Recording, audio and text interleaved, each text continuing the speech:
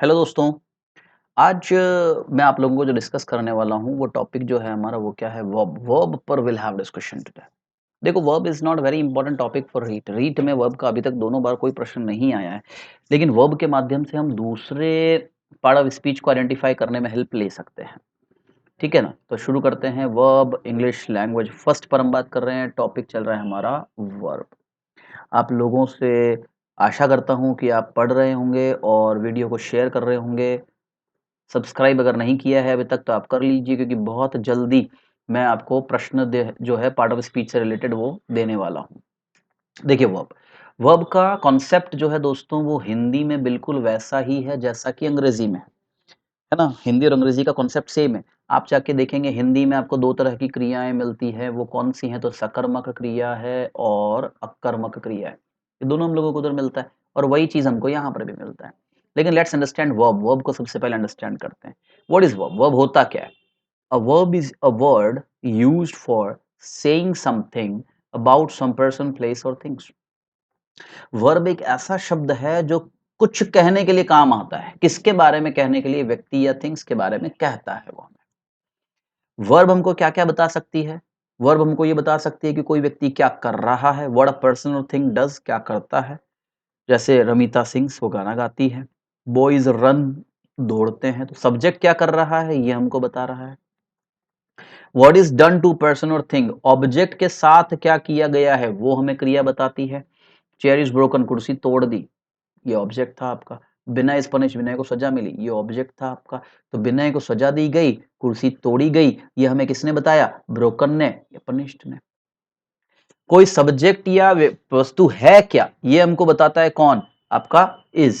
यहां पर देखिए हम तो जैसे dead brittle, the dog is dead, वो मर गया है, तो होना होना आपकी क्रिया चल रही है।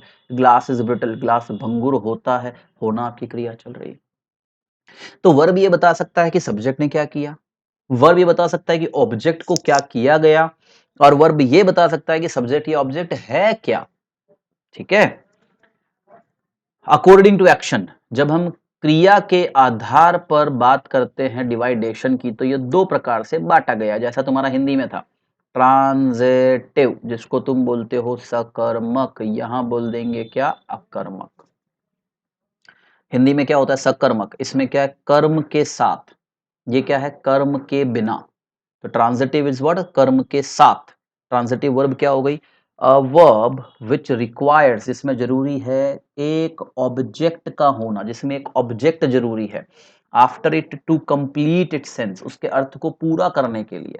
और अ वर्ब एक ऐसी क्रिया दैट गिव्स आंसर, किसका जवाब देती है? व्हाट का या हुम का जवाब देती है। वो क्रिया क्या कहलाती है? ट्रांजिटिव कहलाती है। उसने थप्पड़ मारा, अब दिमाग में क्वेश्चन रहा किसको मारा, मतलब मेरे को ये थप्पड़ मारना क्रिया हुम का जवाब देगी। मैंने खा लिया, क्या खा लिया? मेरे दिमाग में व्हाट का जवाब चाहिए, तो खाना या थप्पड़ मारना कौन सी क्रिया बन गई? ट्रांजिटिव। जैसे देखो, the man killed snake, killed किसको मारा? स्नेक को। स्नेक क्या हो गया? आपका ऑब्जेक्ट। अगर आप स्नेक को हटा दे, मैन किल्ड, मैंने मार दिया, किसको? A question remains. The boy opened the door, लड़के ने दरवाजा खोला, खिड़की खोली, क्या खोला? खिड़की या दरवाजा या अलमारी। देयर इज अ क्वेश्चन, तो ओपन इसका जवाब दे रहा है द विंडो, ऑब्जेक्ट चाहिए। Aditi made a doll, Aditi ने बनाया, क्या बनाया भाई? गुड़िया बनाई, गुड्डा बनाया, पागल बनाया, व्हाट्सएप पर वीडियो बनाया, टिकटॉक पर वीडियो बनाया, क्या बनाया? क्वेश्चन का आंसर कौन देगा? मेड। तो ये वर्ब ऐसी है जो आपको व्हाट का जवाब दे रही है? अ डॉल, डॉल बनाई। इन क्रियाओं को हम ट्रांजिटिव वर्ब कहते हैं। इंट्रांजिटिव इसका जस्ट ऑपोजिट है। एक ऐसी क्रिया जिसको जरूरत नहीं है किसकी? ऑब्जेक्ट की, जिसको ऑब्जेक्ट नहीं चाहिए उसका अर्थ पूरा करने के लिए। या एक ऐसी क्रिया जो सब्जेक्ट की स्थिति या दशा के बारे में बताती है, उसको हम क्या कहते हैं? Intransitive verb. जैसे वो हंस रहा है या वो मर गया, कोई ऑब्जेक्ट नहीं, फिर भी अर्थ पूरा है, वो मर गया, क्योंकि इस नाउन की स्थिति के बारे में जानकारी दे रहा है। द गर्ल स्माइल्ड, लड़की हंसी, लड़की की हंसी तो उसकी स्थिति के बारे में जानकारी दे रहा है। द सन शाइन, सूरज चमकता है, तो सूरज की स्थिति कैसी है, चमकने की, वो जानकारी दे रहा है कौन? हमको। Intransitive verb. कुछ बातें हैं इंट्रांजिटिव ट्रांजिटिव में, देखिए आपको हिंदी में मिलेगा द्विकर्मक, उसी के लिए ये नियम है। कुछ सकर्मक क्रियाएं ट्रांजिटिव वर्ब ऐसी होती हैं जैसे give, ask, offer, promise, tell, जो एक्सेप्ट करती है किनको, दो ऑब्जेक्ट्स को एक्सेप्ट करती हैं। उसमें एक डायरेक्ट होता है, दूसरा इनडायरेक्ट। जो डायरेक्ट ऑब्जेक्ट होता है वो नॉन लिविंग होता है और जो इनडायरेक्ट है वो हमेशा कैसा होगा, सजीव ऑब्जेक्ट होगा। जैसे she gave me an apple, उसने मुझे दिया, देना आपकी ट्रांजिटिव वर्ब, क्या दिया भाई, एप्पल दिया, तो ये तुम्हारा डायरेक्ट ऑब्जेक्ट हो गया। किसको दिया भाई, मुझे दिया, तो ये मेरा इनडायरेक्ट ऑब्जेक्ट हो गया। ही प्रोमिस्ड अस अ हॉलीडे, उसने क्या प्रॉमिस किया, हॉलीडे, लेकिन किसको किया, अस को। डायरेक्ट ऑब्जेक्ट, इनडायरेक्ट ऑब्जेक्ट, है ना। Will you make me a cup of T, क्या तुम मेरे लिए चाय बनाओगे, क्या बनानी है भाई, चाय बनानी है, किसके लिए बनानी है, मेरे लिए बनानी है, तो ये हो गया डायरेक्ट ऑब्जेक्ट, ये हो गया इनडायरेक्ट ऑब्जेक्ट। इंट्रांसिटिव ट्रांसिटिव से क्वेश्चन नहीं आता है ना, ज्यादा परेशान नहीं होना, इससे हमको प्रश्न जनरली नहीं पूछे जाते, हमको प्रश्न पूछेंगे आगे हम पढ़ेंगे, लेकिन इंट्रांसिटिव ट्रांसिटिव को नॉलेज चाहिए पड़ोसी को जानने के लिए। मान लो तुमको यहाँ पर हमको नहीं पता लग रहा कि ये मी क्या है, तो जैसे ही पता लगा मेक, मेक के बाद ऑब्जेक्ट चाहिए, ट्रांसिटिव है, तो ये नाउन बन गया, प्रोनाउन बन गया। I offered him some money, क्या ऑफर करा उसने, सम मनी, तो सम मनी तुम्हारा direct object, him indirect object हो गया। दूसरा फैक्ट क्या है, कुछ क्रियाएं ऐसी होती हैं जिनको आप दोनों तरह से इस्तेमाल कर सकते हो, ट्रांजिटिव की तरह भी और इनट्रांजिटिव की तरह भी इस्तेमाल कर सकते हो, दोनों तरह से प्ले होती हैं। I walk my horse every day, I walk, किसको चला रहा हूं मैं, हॉर्स को, तो ये मेरा ऑब्जेक्ट हो गया, तो ये क्या बन गई इस वाक्य के अंदर, वर्ब ट्रांजिटिव। लेकिन यदि वाक्य लिख दिया जाए द हॉर्स वॉक्स, घोड़ा चलता है, तो चलना उसकी स्थिति को बता रहा है, तो ये क्या बन गया आपका, verb intransitive. The driver stopped the train, driver ने ट्रेन रोकी, स्टॉप का प्रभाव किस पर गया, ट्रेन पर, ट्रेन क्या बन गया मेरा ऑब्जेक्ट, तो ये वर्ब कौन सी बन गई, verb transitive.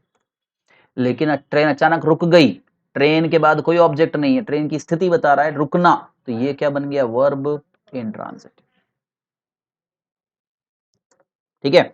He moved the table, उसने टेबल हरकई, टेबल पर प्रभाव गया किसका, सरकाने का, तो मूव के लिए ऑब्जेक्ट हो गया टेबल, ये वर्ब ट्रांजिटिव। लेकिन अर्थ मूव्स, पृथ्वी घूमती है, क्या आप जाके उसको हिला के घुमाते हो, नो नॉट एट ऑल, तो पृथ्वी अपने आप घूम रही है, तो मूव में मेरे को कोई ऑब्जेक्ट नहीं चाहिए, ये वर्ब इंट्रांजिटिव। ठीक है। तो कुछ क्रियाएं दोनों काम कर सकती हैं, ट्रांजिटिव भी होती हैं और इंट्रांजिटिव भी होती हैं। अब कुछ इंट्रांजिटिव वर्ब को हम ट्रांजिटिव बना लेते हैं। If any intransitive verb is connected, किससे कनेक्ट करी है, with preposition, it becomes transitive, तो वो ट्रांजिटिव बन जाती है। जैसे ये वर्ब थी आपकी, no one relies on my word, rely के साथ ये लगाया, तो ये रिलाई क्या बन गई, verb transitive. Carried out his order, carry out से जोड़ा, ये आपने ऑब्जेक्ट जोड़ दिया, तो ये बन गई verb transitive. She is laughing at me, laughing स्थिति बताता है, लेकिन आपने इसके साथ ऑब्जेक्ट जोड़ दिया, किससे, प्रीपोजिशन से, इस वाक्य में लाफिंग क्या बन गया, ट्रांजिटिव। ठीक है। तो आप देखोगे हिंदी के अनुसार जो आपने पढ़ी होंगी, सेम पैटर्न यहां पर भी मिलेगा, लेकिन यह है कि हिंदी में तो उनसे प्रश्न बनता है, लेकिन अंग्रेजी में यहां ये चीज प्रश्न नहीं बनाती है, प्रश्न यहां से बनता है, फॉर्म के अकॉर्डिंग, जो हिंदी में नहीं है, रूप के अनुसार।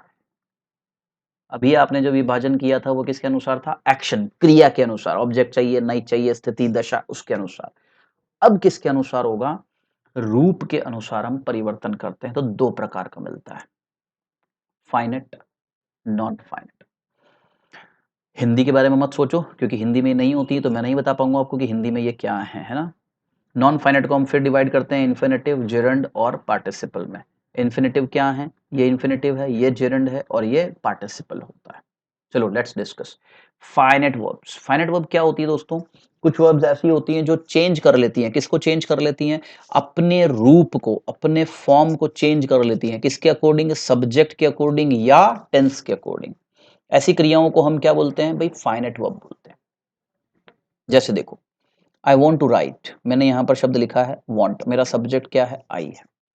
अगर मैं इसको बदल देता हूं, सब्जेक्ट को क्या कर दिया मैंने, ही कर दिया, ही करते ही देखो यहां मेरी क्रिया मुझे बदल के क्या करनी पड़ रही है, वॉन्ट्स करनी पड़ रही है, तो ये वॉन्ट ने अपने रूप को बदल दिया सब्जेक्ट की वजह से, तो ये वॉन्ट क्या कहलाएगा, फाइनेट वर्ब कहलाएगा। शी वांटेड, अब देखो टेंस बदल दिया, टेंस बदलने पर वांट किस में चेंज हो गया, वांटेड में, इनफाइनाइट वर्ब हो गया।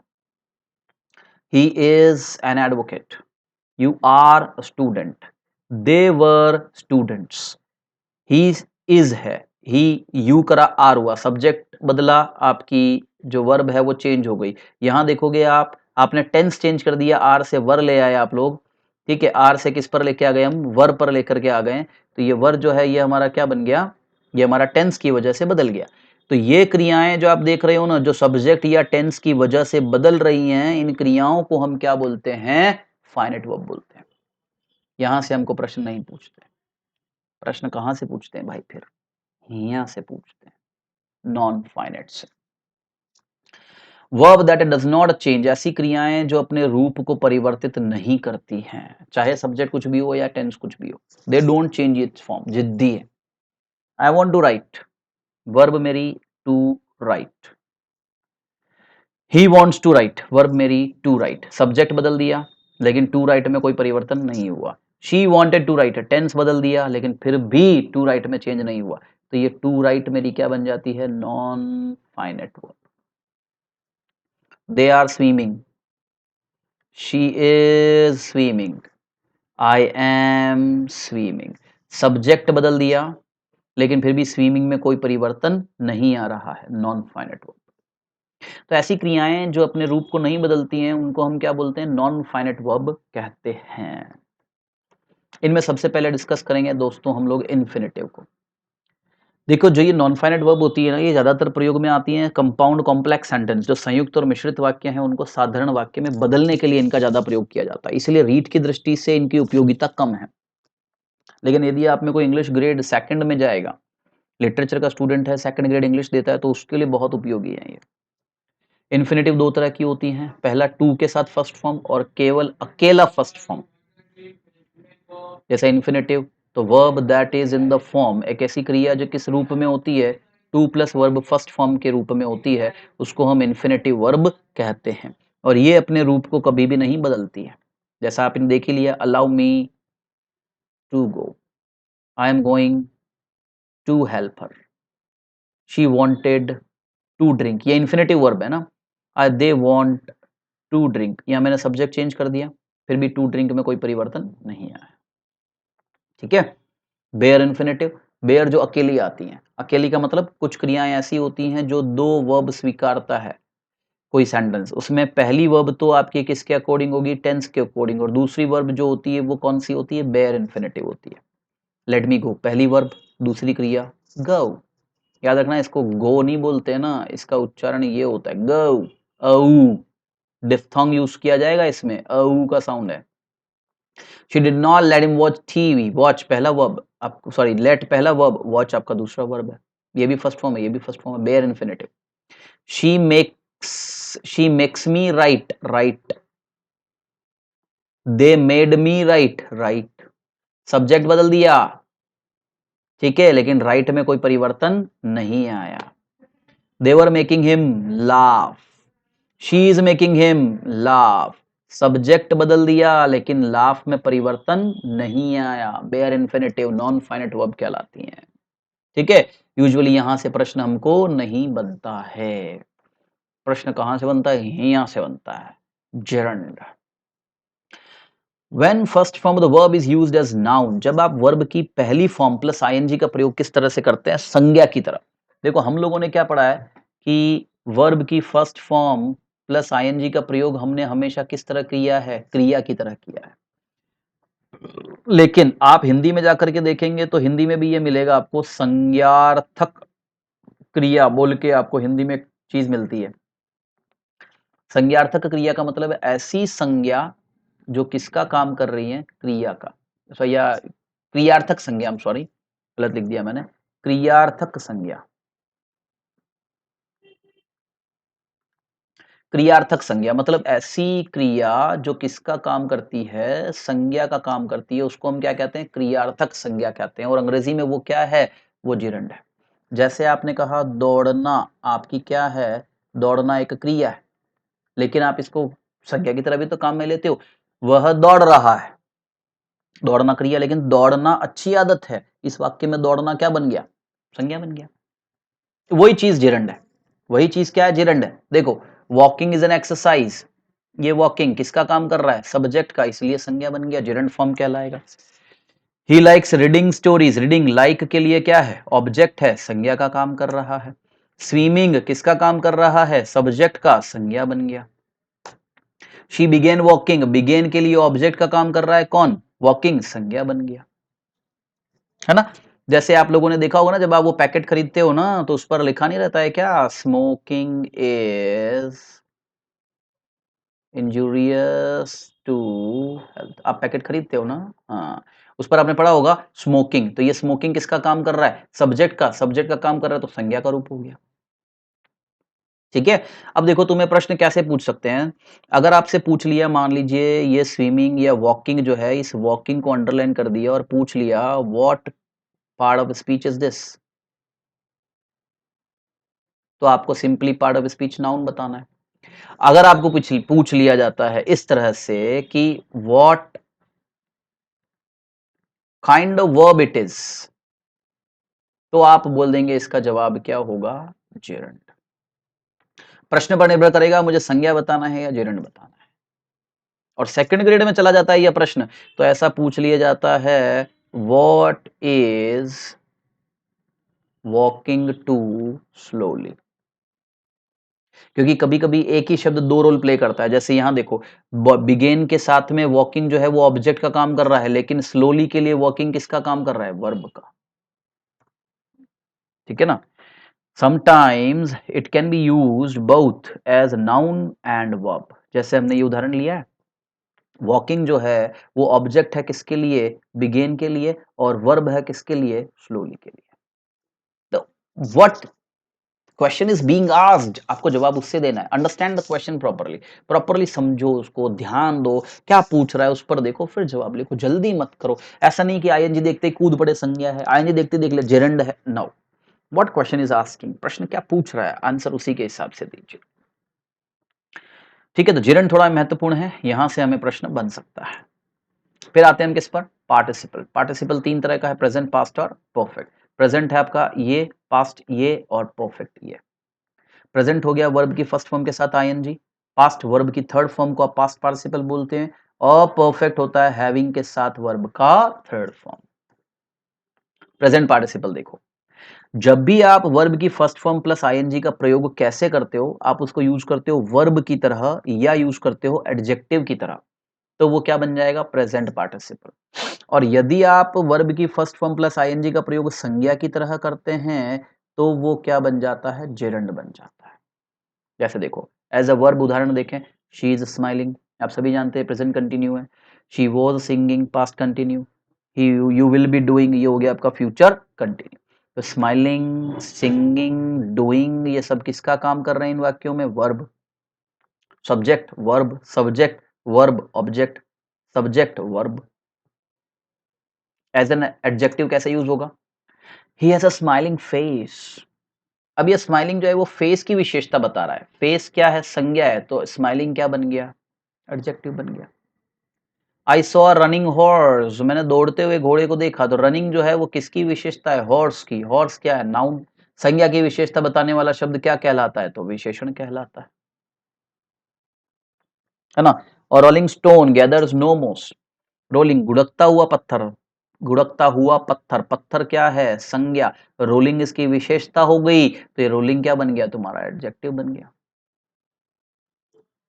जैसे reading is my favourite pass time, reading यहां पर किसका काम कर रहा है, सब्जेक्ट का, तो ये क्या बना, संज्ञा बना। शी इज रीडिंग, इस वाक्य में रीडिंग किसका काम कर रहा है, वर्ब का काम कर रहा है। ही इज वॉकिंग, यहां पर बताओ वॉकिंग किसका काम कर रहा है, नाउन है, एडजेक्टिव है या वर्ब है, जल्दी से बता दो फटाफट। ही इज वॉकिंग क्या है, वर्ब है। लेकिन अगर मैं कर दूं I love walking in the rain, अब ये वॉकिंग किसका काम कर रहा है, नाउन का कर रहा है, एडजेक्टिव का कर रहा है, या वर्ब का कर रहा है, किसका काम कर रहा है। कमान कमान कमान कमान गाइस, क्या आप सोच रहे हैं नाउन, तो गलत है। क्या आप सोच रहे हैं एडजेक्टिव, तो भी आप गलत हैं। क्या आप सोच रहे हैं वर्ब, तो भी आप गलत हैं। क्या सोच रहे हो, जल्दी बताओ, वर्ब, एडजेक्टिव या नाउन। आई लव वॉकिंग, कैसे पता करूं, लव, लव जो शब्द है वो कौन सी क्रिया है, ट्रांजिटिव वर्ब। ट्रांजिटिव वर्ब के बाद क्या लगता है, ऑब्जेक्ट। ऑब्जेक्ट का काम कौन करता है, संज्ञा। इसका मतलब वॉकिंग क्या बना? Noun. I saw a walking camel. बताओ वॉकिंग, वॉकिंग किसकी विशेषता के लिए आ रहा है? कैमल। कैमल क्या है? नाउन। नाउन की विशेषता वाला शब्द क्या होता है? विशेषण होता है। कितना आसानी से हम पता कर सकते हैं कि कौन सा वर्ड कहां पर किसका काम कर रहा है। पास्ट पार्टिसिपल देखिए, पास्ट पार्टिसिपल विशेषण में पढ़ा चुका हूं तुम्हारे को, है ना। पास्ट पार्टिसिपल में किसकी तरह काम करता है? Third form of the verb किसकी तरह यूज होती है? वर्ब की तरह, या यूज होती है विशेषण की तरह। तो वो क्या कहलाती है? Past participle. I have already burnt my fingers. Burnt verb का third form. A burnt child dreads the fire. ये हो गया तुम्हारा वर्ब। प्रेजेंट परफेक्ट है, तो यहाँ burnt किसका काम कर रहा है? थर्ड फॉर्म का। burnt child जला हुआ बच्चा। burnt किसकी विशेषता है? child मतलब संज्ञा की, तो ये burnt यहाँ किसका काम कर रहा है? विशेषण। Have you lost your mind? A lost property. Lost verb की थर्ड फॉर्म। लॉस्ट किसकी विशेषता? प्रॉपर्टी की, तो ये लॉस्ट यहाँ किसका काम कर रहा है? विशेषण। I have spoken to him, है ना। क्या लिखा? I have spoken to him. I have learned spoken English. मैंने उससे बात कर ली। वर्ब का थर्ड फॉर्म, बोलने वाली अंग्रेजी, अंग्रेजी की विशेषता, तो ये क्या बन गया? एडजेक्टिव। इसलिए एडजेक्टिव में लिखाया था कि वर्ब का थर्ड फॉर्म विशेषण का भी काम करता है। ये इस तरह से आप पता कर सकते हैं। यहां से प्रश्न बन सकता है, अंडरलाइन करके दे दें आपको, भैया इस वाक्य में बर्न्ट क्या है। पहचानना होगा कि ये विशेषण है, क्योंकि ये चाइल्ड की क्वालिटी बता रहा है। पास्ट पार्ट, परफेक्ट पार्टिसिपल अंतिम है। जब दो एक्शन हो रहे हैं जो घटित होने वाले हैं या हो चुके हैं, दोनों में से कुछ भी हो सकता है, लेकिन उनके बीच में एक छोटा सा डिफरेंस है, किसका? टाइमिंग का। तो पहले एक्शन में हम किसको लिखते हैं? परफेक्ट पार्टिसिपल को लिखते हैं। जैसे आप कहें ना, खाना खा के बाजार जाना, खाना खा रहे हो फिर बाजार जाना, तो दोनों के बीच में एक छोटा सा डिफरेंस आ रहा है आपको। तो खाना खाना पहले करना है, फिर बाजार जाना है, तो खाना खाने में क्या लग जाएगा? Perfect participle. जैसे देखो, हैविंग टेकन ब्रेकफास्ट, उसने ब्रेकफास्ट कर लिया, फिर आदित्य कहाँ गया? स्कूल गया। पहले खाना खाया, फिर, तो पहले वाली घटना में लगा दिया। Having killed the tiger, he carried it home, tiger को मार के घर पे ले आया। पहले मारा फिर घर लाया, हैविंग प्लस वर्ब का third form. Having typed the letter, he posted it, पहले टाइप किया फिर पोस्ट किया, तो ये आपका थर्ड फॉर्म। यहां से प्रश्न नहीं आता। आपको प्रश्न के लिए याद रखना है एक तो जेरंड और प्रेजेंट और past participle. This is the only important thing, ठीक है। So that's all about your verb. ये आपकी क्रिया समाप्त। बहुत छोटा सा टॉपिक, बड़ा आसान सा टॉपिक है। ट्रांजिटिव वर्ब का ध्यान रखिए। ट्रांजिटिव वर्ब आपको ये बता सकती है कि बाद वाला शब्द क्या है, ठीक है। पार्टिसिपल और जेरंड, इन पर थोड़ा सा फोकस करिएगा। बाकी की चीजों पर आप फोकस जो नहीं भी है तो भी आपको कोई परेशानी नहीं आएगी। चलिए मुलाकात करते हैं आपसे अगली कक्षा में।